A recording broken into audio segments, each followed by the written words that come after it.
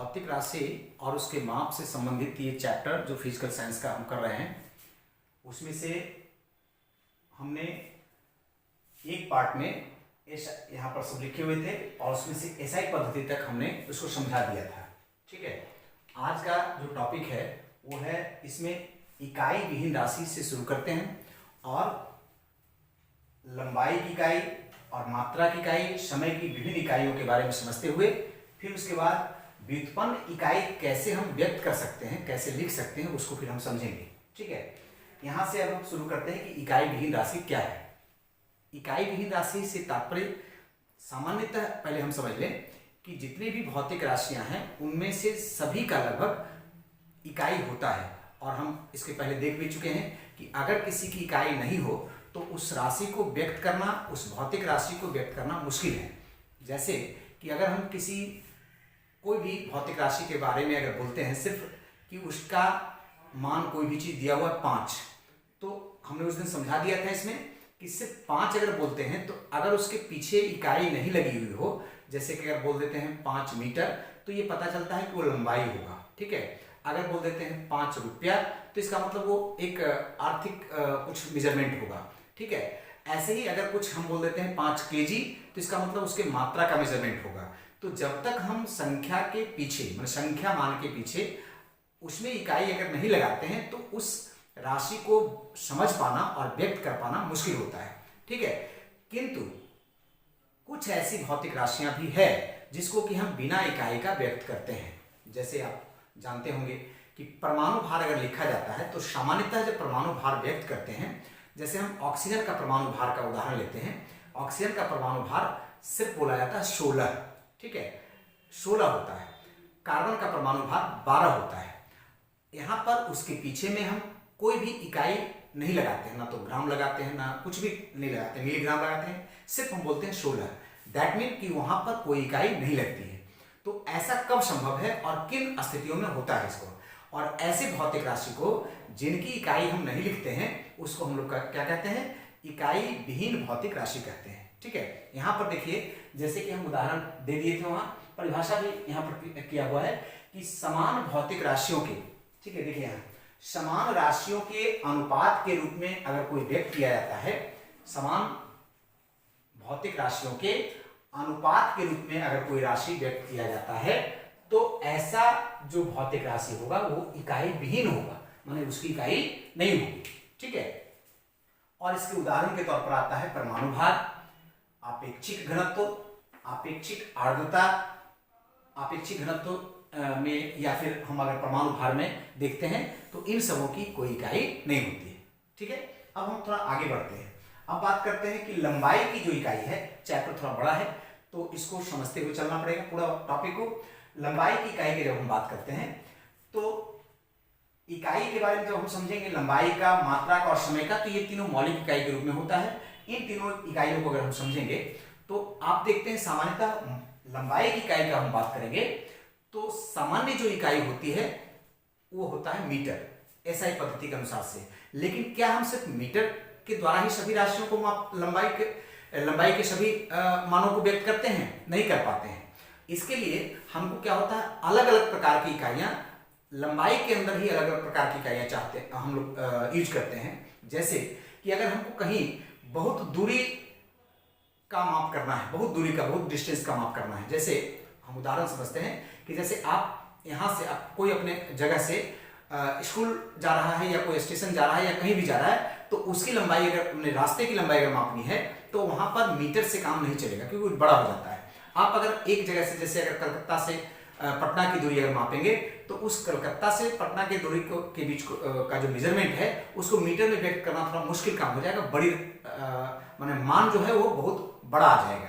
तो ऐसे में उसके लिए हमको एक और कोई इकाई की आवश्यकता पड़ती है जो बड़ी इकाई होनी चाहिए। ठीक है, तो जैसा भौतिक राशि का एक प्रकार से आकलन हम करते हैं, जिसका मेजरमेंट करते हैं, तो उसमें अगर आकार उसका ज्यादा बड़ा होता है, जैसे लंबाई अगर है बहुत ज्यादा लंबा, या दूरी अगर है बहुत ज्यादा दूरी अगर माने लंबा हो, तो ऐसे परिस्थिति में हमको इकाई भी उस तरह से उसके अनुसार से बड़ा होना चाहिए। ठीक है, लेकिन अगर कोई छोटा हम मापते हैं, जैसे कि अगर हमको आकार मापना है, मान लीजिए अगर बात करते हैं हम एक पेन का ही अगर मेजरमेंट करना है, तो पेन का मेजरमेंट करना है तो वो चूंकि मीटर से छोटा ही होगा, तो हम उसको मीटर में व्यक्त करेंगे तो अच्छा नहीं लगेगा और मतलब उसको इजीली व्यक्त करना भी दिक्कत होगा। और भी छोटा का बात कर ले हम, जैसे अगर हमको बोल दे कि एक तार है, महीन तार है, उस तार की मोटाई मापना है, तो उस तार की मोटाई के लिए हम बोले कितना मीटर है, तो ये अच्छा नहीं लगेगा।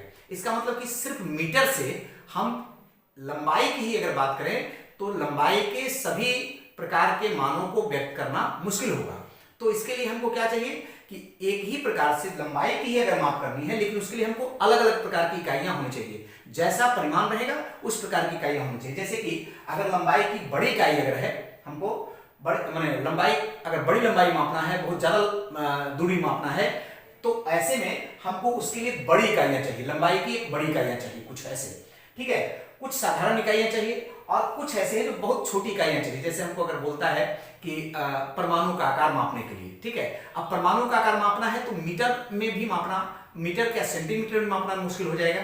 तो इस तरह से अगर हमको लंबाई का ही माप करना है और उसके मान को ही व्यक्त करना है, तो भी हमको उसके लिए अलग अलग प्रकार की इकाइयां चाहिए, ठीक है। अब इसके लिए हमको क्या है कि 3 प्रकार का हम इसमें देख लीजिए, क्या कि बड़ी इकाइयों, बड़ी लंबाई को मापने के लिए, ज्यादा दूर की लंबाई को मापने के लिए बड़ी इकाइयां चाहिए, एक साधारण या मध्यम इकाइयां चाहिए और फिर बहुत छोटी इकाइयां भी हमको चाहिए। 3 तरह से हमको व्यक्त करना होगा, ठीक है। देखिए यहाँ पर, तो जैसे हम पहले बड़ी इकाइयां की बात कर लेते हैं कि लंबाई की बड़ी इकाइयां जो है उसमें मूल रूप से बड़ी इकाइयों से क्या तात्पर्य है, बहुत बड़ी। जैसे हम अगर बात करते हैं कि पृथ्वी से चंद्रमा के बीच की अगर दूरी मापनी हो हमको, पृथ्वी से चंद्रमा के बीच की अगर डिस्टेंस को मापनी हो, तो हम उसमें इवन मीटर तो क्या किलोमीटर में मापने में भी एक कॉम्प्लेक्स राशि आएगी, बड़ी राशि आ जाएगी, ठीक है। तो इसलिए हम उसके लिए फिर अलग से कोई इकाई लेते हैं तो अच्छा रहता है। तो उसके लिए बड़ी इकाइयां होती है प्रकाश वर्ष, एक बड़ी इकाई प्रकाश वर्ष आता है जो ज्यादा व्यवहार में आता है। फिर एक खगोलीय इकाई एस्ट्रोनॉमिकल यूनिट, ये दूसरा इकाई आता है जो भी यूज होता है इसी तरह से खगोलीय जो मतलब दूरी है उस दूरी को मापने में, ठीक है। उसके बाद एक आता है पार्शिक। तो ये 3 इकाइयों का प्रयोग हम लोग करते हैं मूलतः, जो बहुत दूरी ज्यादा रहता है तो उसको मापने के लिए, अर्थात कि जैसे पृथ्वी है, पृथ्वी से चंद्रमा, पृथ्वी से सूर्य, पृथ्वी से अन्य ग्रहों के बीच की अगर दूरी मापनी हो तो हम इनमें से किसी एक का प्रयोग करते हैं, प्रकाश वर्ष का, खगोलीय इकाई का और पार्शिक का। हालांकि इसको किलोमीटर में कन्वर्ट करना है तो एक प्रकाश वर्ष का परिभाषा इस प्रकार से दिया जाता है कि प्रकाश निर्वात में एक वर्ष में जितना दूरी तय करता है उतने दूरी को हम क्या कहते हैं, एक प्रकाश वर्ष कहते हैं, ठीक है। अर्थात कि प्रकाश वर्ष का मतलब हो गया कि एक वर्ष में शून्य में अर्थात निर्वात में जहां पर कुछ भी नहीं है वहां पर प्रकाश जितना दूरी तय कर पाता है उसको हम लोग क्या कहते हैं, एक प्रकाश वर्ष कहते हैं। तो एक प्रकाश वर्ष के लिए ये मेजरमेंट होता है जिसका मान होता है इतना किलोमीटर के रूप में, ठीक है। और इसी प्रकार से खगोलीय इकाई में हमने देखा कि एक खगोलीय इकाई का मान होता है 1.496 × 10⁸ किलोमीटर। इसी प्रकार से एक पार्सेक का मान होता है, ये दिया हुआ है। उसके बाद लंबाई की बड़ी इकाइयों के बाद एक साधारण इकाइयों की हम बात करते हैं, और साधारण इकाइयां हम लोग पहले से जानते हैं, जैसे किलोमीटर होता है, hectometre, decametre, metre, decimetre, centimetre, millimetre, millimetre, centimetre, decimetre, metre, decametre, hectometre और किलोमीटर, जो हम लोग विभिन्न कक्षाओं में 6 से शुरू करके पढ़ते आ रहे हैं। तो इसको इस तरह से कि 1 किलोमीटर मतलब 10⁻³ मीटर, जो कि हम इस तरह से जानते हैं, इसको ज्यादा रिवाइज करने की आवश्यकता नहीं होगी, ठीक है। अब हम बात करते हैं कि यहां से ये लंबाई की छोटी इकाइयां कुछ होती है, ठीक है, लंबाई की छोटी इकाइयां। और ऐसी छोटी इकाइयां जैसे कि हमको अगर महीन चीजों का, परमाणु का आकार मापना है, परमाणु के अर्धव्यास जैसे उसके केंद्रक का आकार मापना है, तो उन सबों के मापने के लिए ऐसी छोटी छोटी इकाइयां भी होती है, जिसमें से माइक्रोन, माइक्रोमीटर, ठीक है, नैनोमीटर, एंगस्ट्रम, पिकोमीटर और फर्मी, इन सभी का प्रयोग किया जाता है। जैसे 1 माइक्रोमीटर का बात जब करते हैं तो 10⁻⁻6 मीटर होता है, ठीक है। इसी तरह से 1 नैनोमीटर का बात करते हैं तो 10⁻⁹ मीटर होता है। इसी तरह से एक एंगस्ट्रम की बात करते हैं, एंगस्ट्रम को देखो ए पर पावर इस तरह से 0 जैसे करके रखा हुआ रहता है, यहाँ पर पावर ऐसे, ठीक है, करके रखा रहता है। तो एक एंगस्ट्रम का मतलब होता है 10⁻⁻10 मीटर। इसी तरह से एक पिकोमीटर का मतलब होता है 10⁻12 मीटर। ठीक है। एक फर्मी का मतलब होता है 10⁻⁻15 मीटर। तो इस तरह से हमने देखा कि लंबाई के मापने के लिए ही हमको विभिन्न प्रकार की इकाइयों का जरूरत पड़ता है। अब एक बात आता है यहाँ पर कि 1 मीटर एक्चुअली कहते कितना को है, ठीक है। विभिन्न तरह से इसको परिभाषित किया गया, अलग अलग समय में अलग अलग तरह से परिभाषित किया गया है। अभी वर्तमान में जो परिभाषा है 1 मीटर का, वो इस प्रकार से यूज होता है कि प्रकाश के द्वारा निर्वात में, मतलब शून्य में इतना सेकेंड लेती, ये वाला लगभग याद रखना पड़ता है।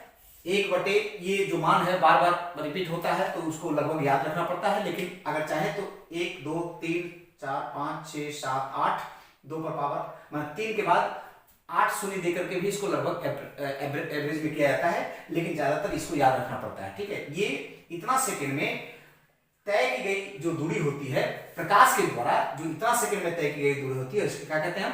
1 मीटर कहते हैं, ठीक है। तो इस प्रकार से 1 मीटर का परिभाषा ये होता है। हालांकि इसके पहले भी और परिभाषा दिया हुआ था, जिसमें कि एक खास करके सेब्रेस के इंटरनेशनल एक संस्था बना हुआ है। उस संस्था में एक प्लेटिनम और इरिडियम से मिला हुआ एक मिश्र धातु का एक छड़ रखा हुआ था। उस छड़ के 2 सिरों पर, माने जैसे एक छड़ है और उसका 2 सिरा बना हुआ है, उन 2 सिरों के बीच का जो लंबाई माना जाता है, लेकिन 0 डिग्री सी पर उसका जितना मान होता है उस लंबाई को ही 1 मीटर माना जाता था। तो इस प्रकार से 1 मीटर एक प्रामाणिक राशि है, जिसके द्वारा हम अन्य भौतिक राशियों की लंबाई, माने अन्य लंबाइयों को माप करते हैं, ठीक है। तो इस प्रकार से लंबाई की इकाई में जैसे कि छोटी इकाई या बड़ी इकाई या सामान्य इकाई होती है, उसी तरह से मात्रा की इकाई भी अलग अलग हो सकते हैं, ठीक है। और फिर समय की इकाई, और इसके बाद फिर हम देखेंगे कि विभिन्न जो व्युत्पन्न इकाइयां होती है उसको हम कैसे बनाते हैं, और कौन कौन सा उस तरह से व्युत्पन्न इकाइयां जो इंपोर्टेंट है उसको एक लिस्ट भी देना होगा, ठीक है। यहां पर देखिए मात्रा की इकाई।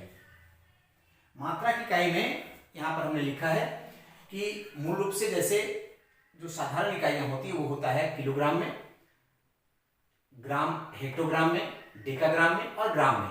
ये ग्राम, 1 ग्राम जैसे ग्राम हुआ, डेकाग्राम हुआ, हेक्टोग्राम हुआ, किलोग्राम हुआ।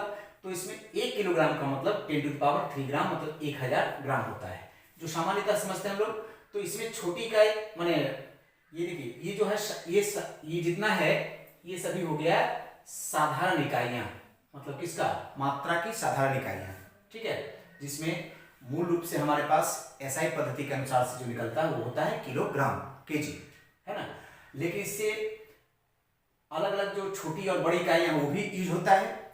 जैसे कि हमको जब कोई बड़ा ज्यादा आकार की किसी वस्तु का अगर हम मात्रा को मापना है तो उसी अनुसार से हमको करना पड़ेगा, और छोटे आकार का हमको उसी तरह से करना पड़ता है। तो इसलिए इसमें जैसे मिलीग्राम है, बहुत छोटा आकार हो गया, उससे भी अलग अलग और छोटे आकार का भी मापा जा सकता है। तो यहाँ पर हमें और बड़े जब करते हैं तो क्या होता है, जैसे 1 क्विंटल मतलब 100 किलोग्राम के लिए 1 क्विंटल हो जाता है। उसके बाद 1 मेट्रिक टन हो जाता है, वो होता है 1000 किलोग्राम के लिए होता है, या 10 क्विंटल के लिए। इस तरह से एकदम छोटी इकाइयों में से जब जाता है तो एक परमाणु के आकार का जब मेजरमेंट करने की बात आती है तो यहाँ पर क्या है कि देखिए, माने उसका भार, परमाणु भार, तो जिसको हम सामान्यतः AMU कहते हैं, एक AMU का मान हो जाता है इतना। देखिए 1.66054002। हालांकि इतना नहीं लिखने से भी होगा, सिर्फ 2 अंक तक लिखा जा सकता है। 1.66 ये इतना तक याद करने से होता है कि 1.66 × 10⁻27 केजी में जाएंगे, ग्राम में जाएंगे तो इसमें और माने ये 3 पावर में 3 का अंतर हो जाएगा, माने 24 हो जाएगा। तो इस प्रकार से 1 AMU का मान इतना होता है, ठीक है। तो ये छोटे इकाई के रूप में व्यक्त होता है। ऐसे फिर हम देखते हैं समय की इकाई के लिए। समय की इकाई में क्या होता है कि वो साधारणतः हम लोग जानते हैं 1 वर्ष के लिए, जिसको कि एक्चुअली 100 वर्ष के रूप में हम लोग जानते हैं, 1 वर्ष के लिए होता है 365 दिन। 100 दिवस के रूप में जिसको हम जानते हैं 1 दिन, जिसको कहते हैं हम लोग पूरा 24 घंटा के लिए 1 दिन होता है। उसके बाद 1 घंटा का मतलब 60 मिनट, और 1 मिनट का मतलब 60 सेकेंड, जो यूजुअली हम लोग जानते हैं, ठीक है। तो समय की इकाई और मात्रा की इकाई के लिए बहुत ज्यादा हमको सोचना नहीं पड़ेगा। अब हम थोड़ा बात करेंगे व्युत्पन्न, विभिन्न जो व्युत्पन्न इकाइयां हैं उसके बारे में, और उन व्युत्पन्न इकाइयों की माने जो इकाई लिखेंगे वो कैसे व्यक्त करेंगे, एसआई पद्धति में और फिर सीजीएस पद्धति में।